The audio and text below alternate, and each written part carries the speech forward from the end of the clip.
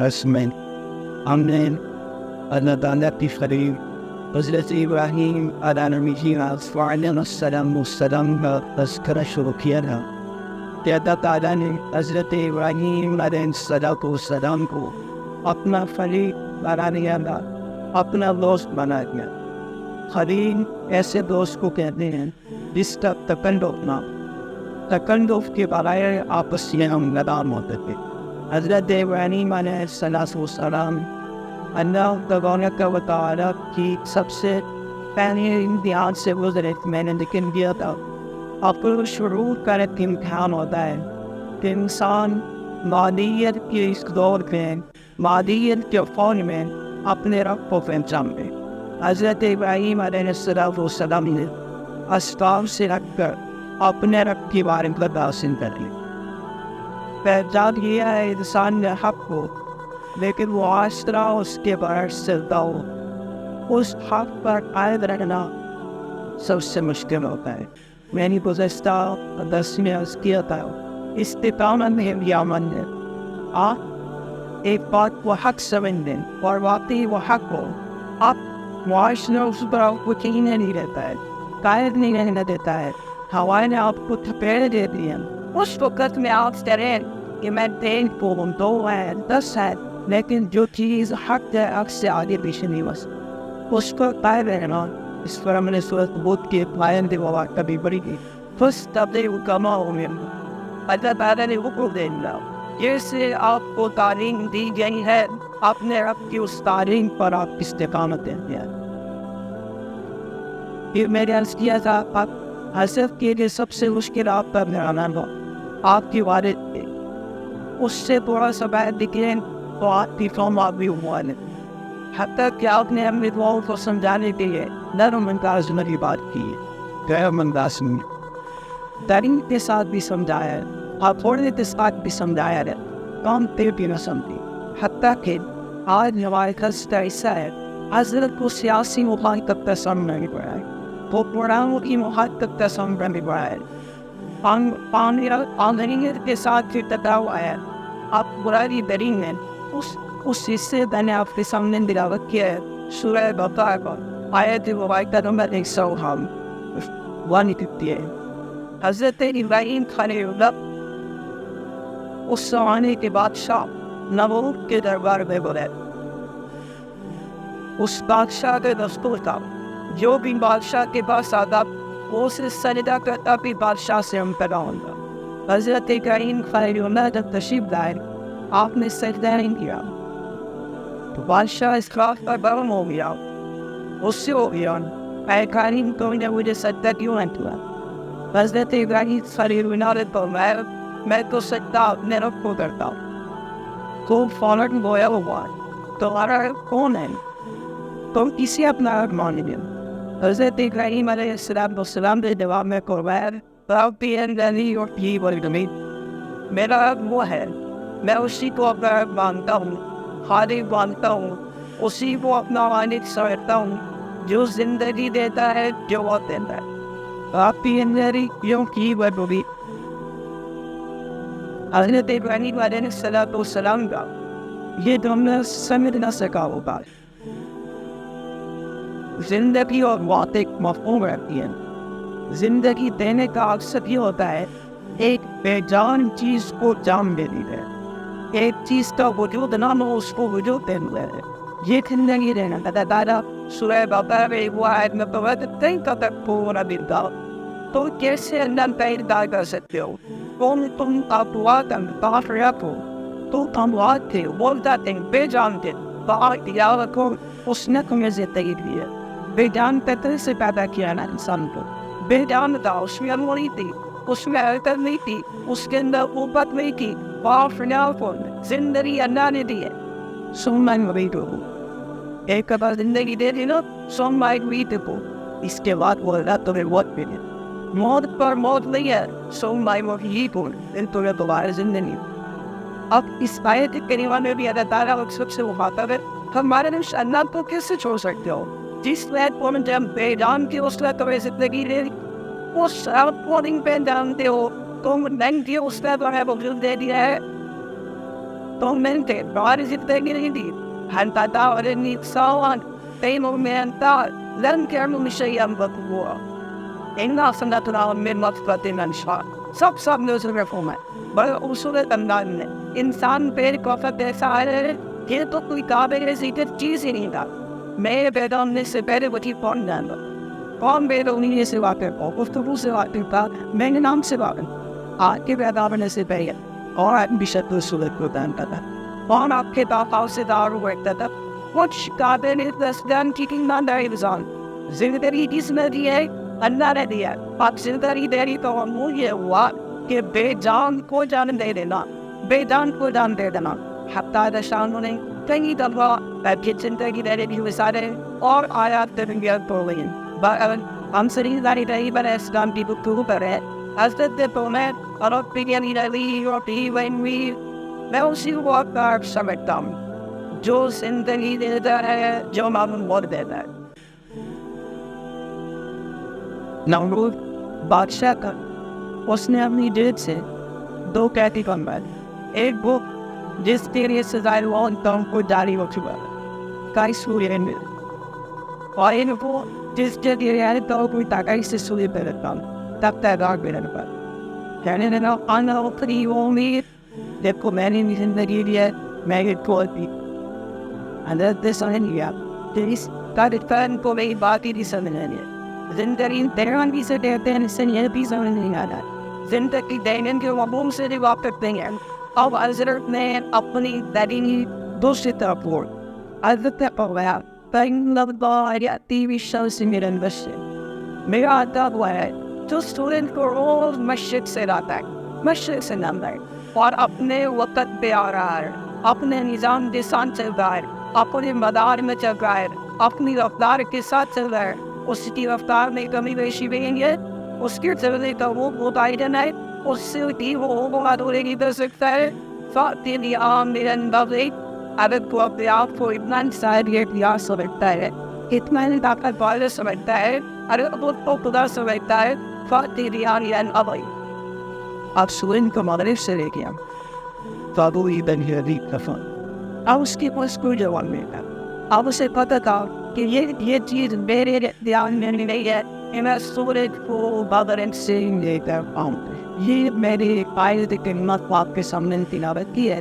اس کا مفہوم مختصر میں نے ذکر کیا ہے میں تجربہ کرتا ہوں اننت ودینتدی حاضر ابراہیم فی ربی کیا تمہیں خبر نہ صادری دی جس نے ابراہیم علیہ السلام سے جھگڑا کیا فی ربی اس کی رب کے بارے میں ان قالتا الہ الملک وہ آدمی کون تھا جس سے اللہ نے بادشاہ سے نماز اس کا نام نمرود تھا نمرود بن نیران تھا میں آ کر اس میں کچھ بات کروں اذ قال ابراہیم جب حضرت ابراہیم علیہ السلام نے فرمایا ربی اننی جمدی ومی میرا رب وہ ہے یحیی و یمیت جو زندگی دیتا ہے موت دیتا ہے قال انا احیی و امیت وہ شخص کہنے لگا میں بھی زندگی دیتا ہوں میں نہیں موت دیتا قال ابراہیم حضرت ابراہیم علیہ السلام نے فرمایا فإن الله يأتي بالشمس من المشرق اللہ سورج کو مشرق سے لاتے فأت بها من المغرب تو اسے مغرب سے لے کرا اپنے دعوے میں سچا ہے کہ میں صاحب اختیار ہوں میں خدا ہوں تو سورج کو مغرب سے لے گا فوحید الذی بس مبعوث ہو گیا بس حواس ہو گیا الذی وہ آدمی جس نے ایمان کی بَطَّلَ بُلَائِنَةِ قَوْمًا ظَالِمِينَ اللہ اس ساری قوم کو ہدایت نہیں دیتے جو حق کو جان کر بھی سمجھ کر بھی حق کا راستہ قبول نہیں ہے. مختصراً نمرود کا ہم دستر ہے. نمرود جن لوگوں نے تاریخ کے حوالے سے لکھا ہے نمرود ان 4 بادشاہوں میں سے ایک تھا جن کو اللہ تعالیٰ نے پوری دنیا پر حکومت دے یہاں پہ لوگوں کو ایک سوال پیدا ہوتا ہے پوری دنیا پر حکومت کو آدمی کیسے کر سکتا ہے جب کہ اس زمانے میں نہ حمل کے وسائل بھی نہ تھے بس نہ سے آدمی رہتا جانا چاہتا ہے روز پڑھائی کو پوری فارمنٹل کو کیسے اس زمانے میں انوت کر سکتا تھا. یاد رکھیں اس زمانے میں آبادی میں کم تھی. جب شہر اس سے سمجھے جاتے تھے ان شہروں پر اگر کوئی آدمی حاکم بن جاتا تھا, قابل بن جاتا تھا, تو سمجھا جاتا تھا کہ پوری دنیا پاک. تو وہ ان لوگوں میں سے دو کافر بادشاہ گزرے اور دو مسلمان. ایک مختصر دیوی کافر تھا اور ایک نور دیوی کافر. ان کو اللہ تعالیٰ نے وہ زمین پر ابوا دیا. دو مسلمان سیدنا سلیمان علیہ السلام روئے دنیا پر اللہ یاد ہوا تھا اور ایک سو کرنل رشاد آدھان یا بچہ کا منتقل ساری بنی بڑھاؤ. اب نہ وہ اس تعبوت کے بوائن میں آ گیا تھا, غرور میں آ گیا تھا, حتیٰ کہ وہ خودن دعویٰ کرنے لگ گیا تھا.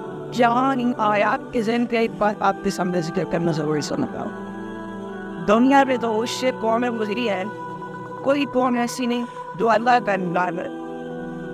اتا وہ سب ماننے ہیں. قرآن کہتے ہیں relevance من خلق السماوات والارض. ان سے پوچھیں زمین و آسمان کا خالق کون ہے؟ لا یقولون اللہ. کوئی کہیں گے اللہ یہ زمین و آسمان کا مالک. لیکن گواری کہاں پہ, گواری کہاں پہ تھی, کفر کہاں پہ تھا, فساد کہاں پہ تھا؟ وہ اللہ کو اکیلا نہیں مان, وہ اللہ کے ساتھ شریک کرتے تھے. کوئی بکوں کو شریک کرتا تھا, کوئی غریبوں کو شریک کرتا تھا, کوئی اللہ کے اولیاء کو اللہ کے دعوے کا درد ہے. یعنی کوئی لوگوں میں اندر کا ایک کامی تھا, اللہ کی وحدانیت کا انکار تھا. اسی طرح سے آپ سمجھیے اس زمانے کے لوگ نمرود کو خدا سمجھتے تھے, اللہ کو بھی خدا سمجھتے تھے, لیکن اللہ کی وحدانیت پر یقین نہیں ہے.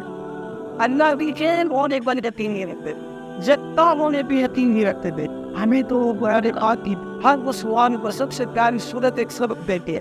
وہی وہ وہ بیدار فرما دیں گے. وہ اللہ کہتا ہے, وہ اللہ کہتا ہے, اس جیسا کوئی نہیں ہے, اس کی صفات کس میں نہیں کوئی ہے. وہ اندر گرنا ہے, تنہا ہے, اس کے ساتھ ان کوئی نہیں. تو اب نمرود کو اس حکومت کا گوانڈ ہو گیا, سلطنت کا گوانڈ ہو گیا.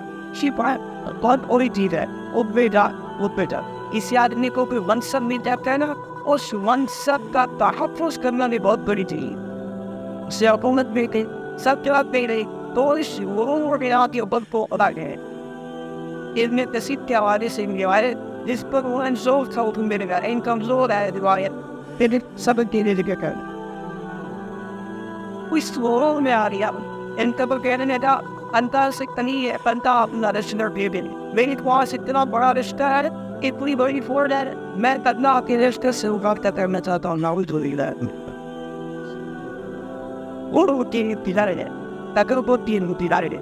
جیسے کہ وہ کہنے رہتا ہوں, آنا ربو موئی آدھا, میں تمہارے سب سے بڑا ہوں. وہاں دیکھا تو آپ بہت نکارے گا پھر دیواری ہو رہا. اللہ نے اسے پکاؤ دنیا اور آخرت کی نرک سزا دی. ایسے ہی نمرود کے ساتھ ہوا. اللہ نے اس کے غرور کو توڑ دیا. اللہ کے پاس تو ہر چیز کے لشکر ہے, ہر چیز کے لشکر ہے. اس نے اپنے سب سے عقید و قلوب معیشت پوسٹ کر دی. مچڑ اور معیشت کا اتنے غور کے اور کشتر دے کہ نمرود کی پوری فوج کو آسمان نہیں نظر آتا تھا, اوپر سیوت نہیں نظر آتا تھا, وچر ہی وچر نظر آتا. میں آج بھی دوستوں سے کہتا ہوں, اللہ کی قسم, اللہ جل شان کے پاس وہ طاقت ہے کہ انسان تصور نہیں کر سکتا. بڑی اسرائیل کو جن بہت آ کے آ رہا ہے نہ بھائی بھی انشاءاللہ من کو لیکن بڑی ہے تر رہتا. اللہ نے اوپر تڑیا بھی دیا ہے, جمعہ بھی دیا ہے, محنت بھی دیا ہے, جمعہ ان پری کثرت کے ساتھ بیٹی کہ ان کی زندگی عظیم بن گیا ہے.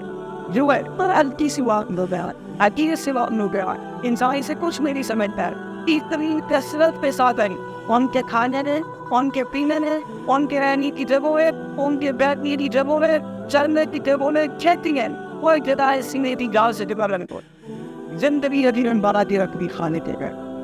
بالکل اسی طرح سے نمرود کے لیے حکیم اس کی مخلوق کا انتخاب کیا ہے, بچہ کا انتخاب کیا ہے, اور بچہ کی قدر کثرت کے ساتھ آیا کہ بچہ نے ان کی گوشت تک پانی گوشت تک, اور نمرود ان کی ناپ کے راستے سے دیوان پہ پہنچ گیا.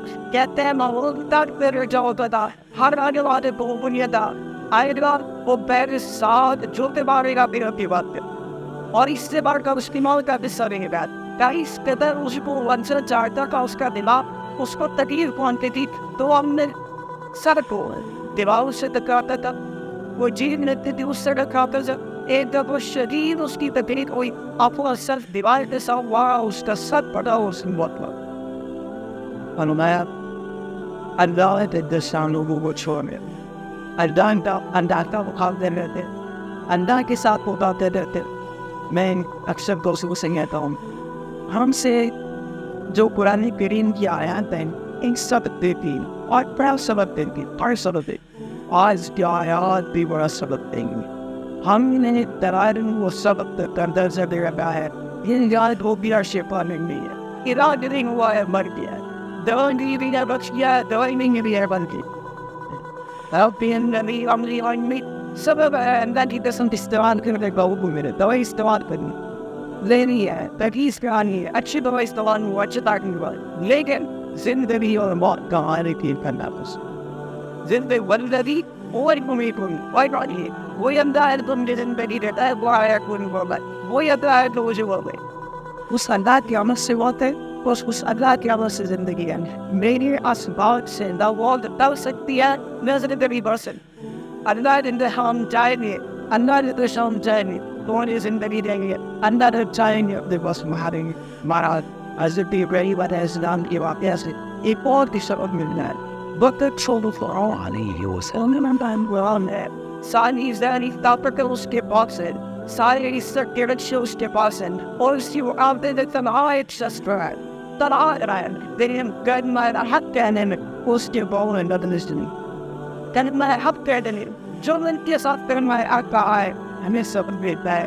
اللہ کی وفاداریت کے مقابلے میں تنہا کھڑا ہونا پڑے, جانین کے سامنے کھڑا ہونا پڑے, وقت کے قرآن کے سامنے کھڑا ہونا پڑے, تو کہ ایمان پر قائم رہنا ہے. اللہ کے تشاؤ کی وسعت وہ دیکھو گے تو تم تصور نہیں کر سکتے. ہم تادشاؤ ہم سب کو صحیح مران آن بسی قومت وہ رسول اللہ علیہ وسلم.